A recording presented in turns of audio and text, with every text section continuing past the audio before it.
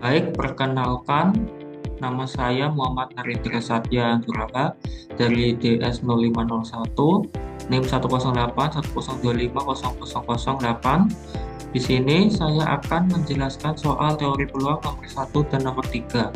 Nomor 1, kode akses untuk pintu garasi terdiri dari 3 huruf yang diikuti oleh 2 angka. Angka 0 tidak diperkenankan pada digit pertama, sedangkan digit kedua dan ketiga dapat berupa angka apapun dari 0 hingga 9. Penggunaan huruf dan angka dapat diulang. Tentukan A, banyaknya kode akses yang mungkin dibuat. Nah, jadi untuk karakter nomor 1 yaitu kan huruf, berarti itu 26. Ini juga 26. 26. Karakter keempat 0 tidak diperkenankan, berarti kita anggap saja 9. Karakter 5 itu bebas ya, bisa sampai 0 sampai 9. 10. Ini total kode atau NS-nya bisa langsung kita kalikan, berarti 26 dikali 26 dikali 26 dikali 26 dikali 9 dikali 10 sama dengan 1.581.840. Lanjut yang B, peluang terpilihnya kode akses dengan 3 huruf vokal. Konsep peluang untuk rumusnya yaitu PA sama dengan NA per NS. Total NS-nya kan tadi 1.581.840. Huruf vokal itu ada 5. Jadi NA-nya untuk NA berarti 5 dikali 5 dikali 5 dikali 9 dikali 10 sama dengan 11.250.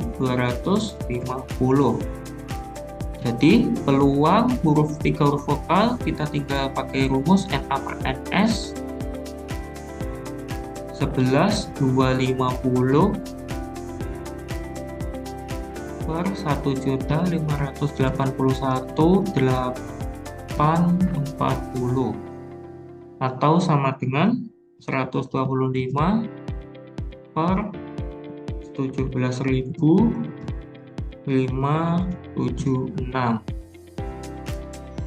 atau dalam bentuk desimalnya yaitu 0,0071.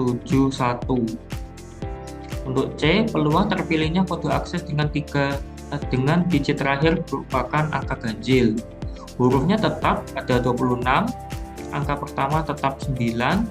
Nah, digit terakhir berarti kan harus ganjil, berarti 1, 3, 5, 7, dan 9, berarti ada 5 pilihan. NB, selanjutnya untuk NB berarti kita tinggal sama seperti tadi, 26 dikali 26 dikali 26 dikali 9 dikali 5. Jadi ini sama dengan 790.920.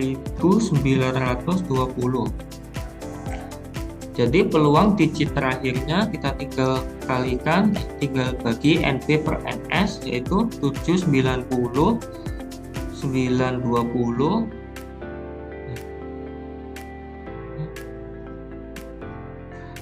per 1.581.840 sama dengan 1/2 atau 0,5. Jadi peluang kode akses dengan digit terakhir merupakan angka ganjil yaitu 1/2 atau 0,5. Lanjut nomor 3, komite beranggotakan 4 orang akan dipilih dari kelompok yang terdiri dari 5 pria dan 6 wanita. Jika pemilihan dilakukan secara acak, berapa peluang komite tersebut terdiri dari A. 3 pria. Yang pertama kita cari yang diketahuinya dulu, yaitu kelompoknya kan ada 5 pria dan 6 wanita. Total N-nya itu kan 5 tambah 6 jadinya 11 orang. Anggota komite R yaitu tadi kan diketahui kan 4 orang, berarti 4. Nah, untuk rumus kombinasinya yaitu si n, r n faktorial per r faktorial n per r, n dikurangi r faktorial. Lanjut kita berarti 11 faktorial per 4 faktorial, 11 dikurangi 4, ini langsung 11 kali 10 kali 9 kali 8. Lanjut ini berarti langsung 4 kali 3 kali 2. Jadi di totalnya yaitu 330. Lanjut yaitu NA. Yang A, peluang komite terdiri dari 3 pria. Jika ada 3 pria, maka ada 1 orang yang sisanya harus wanita, karena total komite harus 4 orang. Berarti kita harus memilih 3 pria dari 5 pria, atau 5 kombinasi 3, dan memilih 1 wanita dari 6 pria, 1 wanita dari 6 wanita, atau 6 kombinasi 1. Jadi untuk mencarinya 5 kombinasi 3, 5 faktorial per 3 faktorial, 5 kurangi 3 faktorial. Ini langsung masukinnya 5 kali 4 kali 3, ini kali 3 kali 2. Jadi ini sama dengan langsung 5 per 4 jadi 20 per 2 sama dengan 10. Ini lanjut juga sama 6 kali 5, ininya 1 kali 5. 5 bisa kita coret berarti 6 per 1 sama dengan 6. Jadi ini NA nya 5 kombinasi 3 dan kali 6 kombinasi 1, yaitu 10 kali 6 sama dengan 60. Jadi NA nya tadi diketahui 60 per 330 sama dengan 2 per 11, atau dalam desimalnya 0,1818. Yang B lanjutan, peluang komite terdiri dari paling sedikit 1 wanita. Karena ini kejadian komplement, tidak ada wanita sama sekali, artinya semua 4 orang adalah pria. Jadi kita memilih 4 pria dari 5 pria atau 5 kombinasi 4. Jadi langsung rumusnya masukin 5 kali 4 kali 3, langsung 5 kali 4. 4-nya bisa langsung kita coret, jadinya 5 kali 4 per dengan 5. Lanjut peluangnya berarti NA ini 5 per 330 sama dengan 1 per 66. Paling sedikit 1 wanita, berarti 1 dikurangi peluang semua pria, 1 dikurangi 1 per 66, yaitu 65 per 66, atau dalam desimalnya 0,9848. Jadi peluang komite terdiri dari paling sedikit 1 wanita, yaitu 65 per 66 atau 0,9848. Yang C yaitu peluang komite terdiri dari 2 pria atau 3 wanita. Kasus pertama, jika 2 pria maka 2 sisanya wanita. N2P, berarti kita cari 5 kombinasi 2. Langsung masukin rumusnya 5 faktorial per 2 faktorial 5 min 2 faktorial, menjadi 5 kali 4 kali 3 per 2 kali 3, oh itu nggak usah sih, langsung 3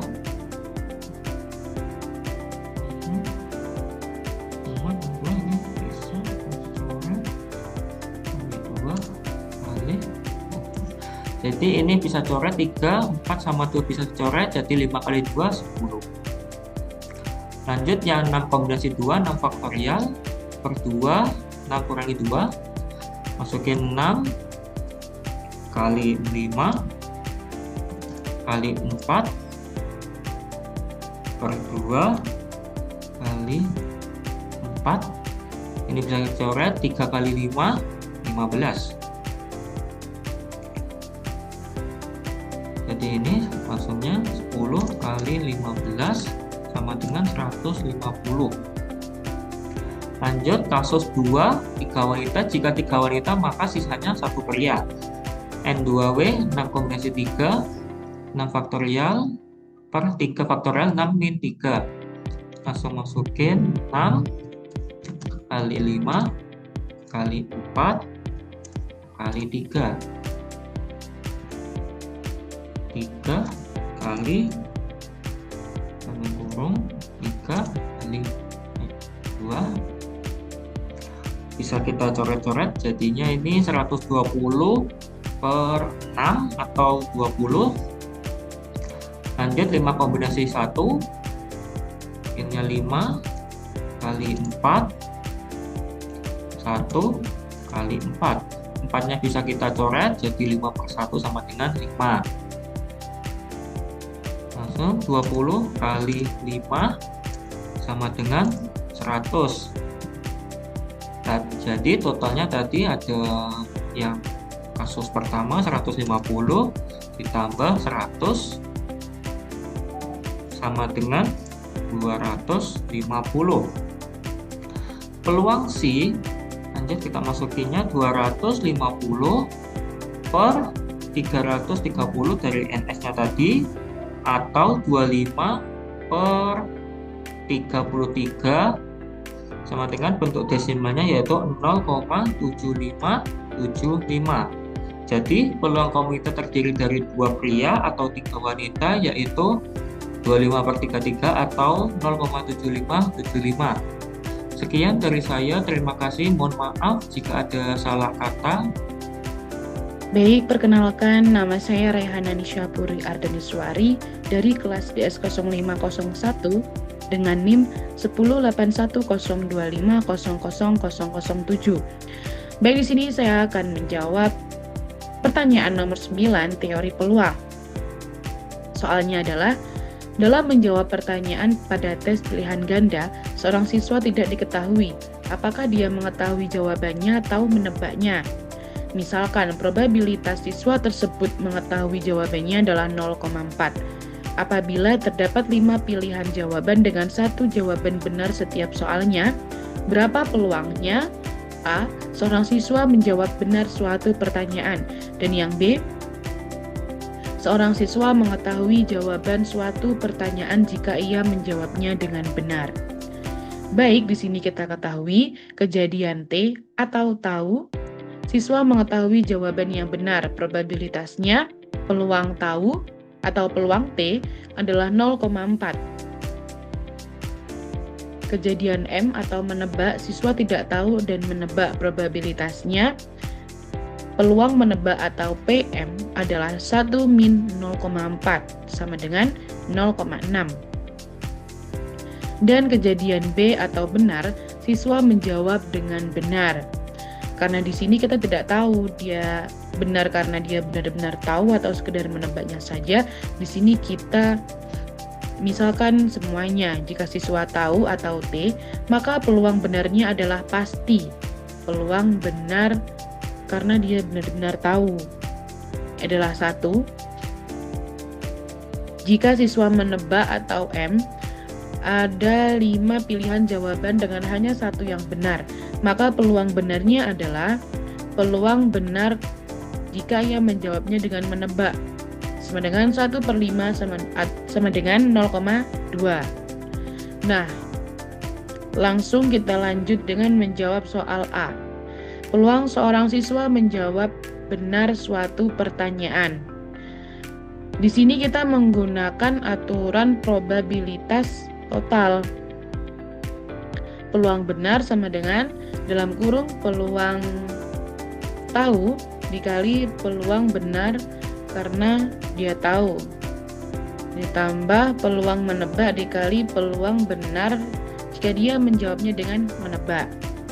Langsung kita masukkan peluang T seperti yang kita tahu di atas adalah 0,4 dikali peluang benar karena dia tahu adalah 1 ditambah dalam kurung peluang menebak 0,6 dikali peluang benar jika dia menjawabnya dengan menebak, yakni 0,2 atau 1/5 seperti di atas ini. Langsung kita jumlahkan, 0,4 dikali 1 adalah 0,4 ditambah 0,6 dikali 0,2 hasilnya 0,12. Kita jumlahkan 0,4 ditambah 0,12 adalah 0,52. Jadi, peluang siswa menjawab benar, baik karena tahu atau mereka beruntung karena menebak, adalah 0,52 atau 52%. Baik, pada bagian B, kita diminta untuk mencari peluang siswa mengetahui jawaban jika ia menjawab dengan benar. Dan di sini kita menggunakan teorema Bayes dengan rumus peluang tahu dan benar sama dengan peluang tahu dikali peluang benar karena dia tahu per peluang benar. Nah, peluang tahu seperti yang kita tahu adalah 0,4 dikali peluang benar karena dia tahu adalah 1 per peluang benar. Di sini barusan kita cari hasilnya 0,52, kita masukkan ke sini. Dan di sini kita bulatkan jadi 40 per 52 sama dengan 10, dan kita kecilkan terlebih dahulu. Hasilnya 10 per 13 atau 0,769. Hasil menunjukkan bahwa jika seorang siswa menjawab benar, maka peluang bahwa ia memang mengetahui jawabannya atau bukan sekedar menebak saja adalah sekitar 0,769 atau 76,9%. Dan kesimpulannya, meskipun peluang menjawab benar cukup besar yakni 52%, akan tetapi tidak semua jawaban benar berasal dari pengetahuan. Dan masih banyak faktor yang lainnya. Namun berdasarkan perhitungan di atas yang barusan kita hitung ini, sebagian besar jawaban benar tetap berasal dari siswa yang benar-benar memahami materi. Ya, baik seperti itu. Mungkin cukup sekian untuk penjelasan nomor 9. Terima kasih.